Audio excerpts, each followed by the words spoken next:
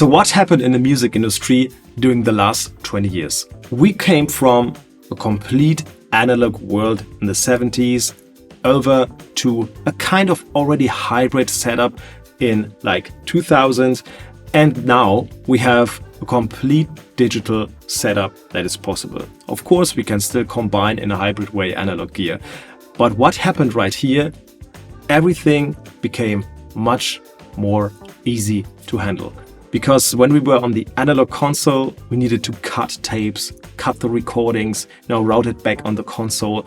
And this was a huge process when you needed to record a song, because if you failed, you needed to do the record again or start cutting it, and gluing it together. 20 years ago, we replaced the tape with a computer, and there we had a kind of very 50-50 workflow. We had analog gear from the console and outboard gear combined with software in the computer.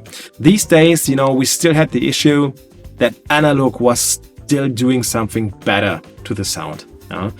But during the last 20 years, analog and digital is so close that you can't spot a difference anymore in specific ways. Because, the software became much better and the process workflows became much more easy.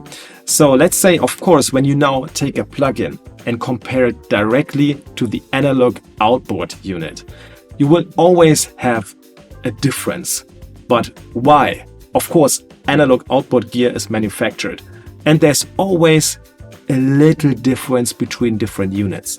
But also, the converter you need to record the analog gear makes a difference, because if you use the same unit with a different converter, then it sounds different. And now you start comparing a huge chain to a plugin that was programmed and always sounds the same. So, of course, there's a difference, but you can't tell, is it now better or just preferred? And this is something that really shows us huge engineers completely moved from an analog workflow to a digital audio workstation. This is so cool because the big change right here is that now everything is accessible. You can do a super high-end professional recording just with a computer without having like $100,000 of analog gear out there. And this makes it possible that indie artists or small bedroom producers can make huge records on their computers. The most important thing right here is, of course, you need knowledge, because if you buy a Ferrari, you also won't be able to be tomorrow the best car driver ever.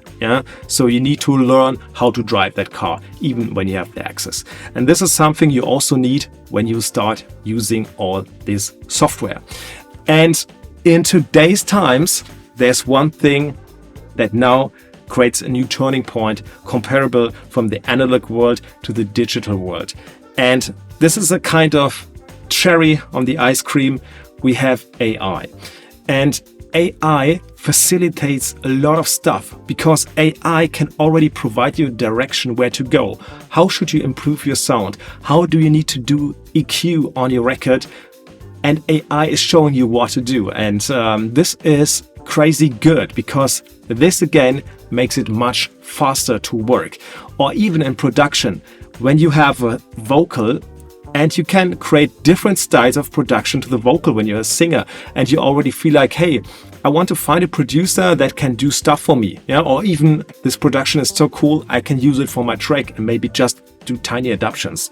Or the other way around, I'm a producer, I have a full production, I maybe also wrote lyrics because I'm a songwriter, and then I can use AI vocals to just sing these written lyrics and make the first demo track with demo vocals on it to find maybe a singer that I want to have on the project. And this is the cool stuff that wasn't there 20 years ago. And this is the big change in the industry, because now you have the better option to bring every idea from your mind directly on screen or like wherever you want it. Some people say, AI is a threat. I think you should have a look on it from two perspectives. Of course, when you have a business view on that one, it makes it, of course, super easy because you can use a computer to create music. But out there, the listener can already feel whether you have a good record with a lot of emotion or you have just like a computer generated audio.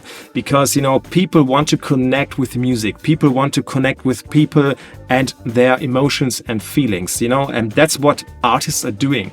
An artist is recording a song and recording instruments with a vision, you know, and also with an emotion that you write while you play the music and while you sing it.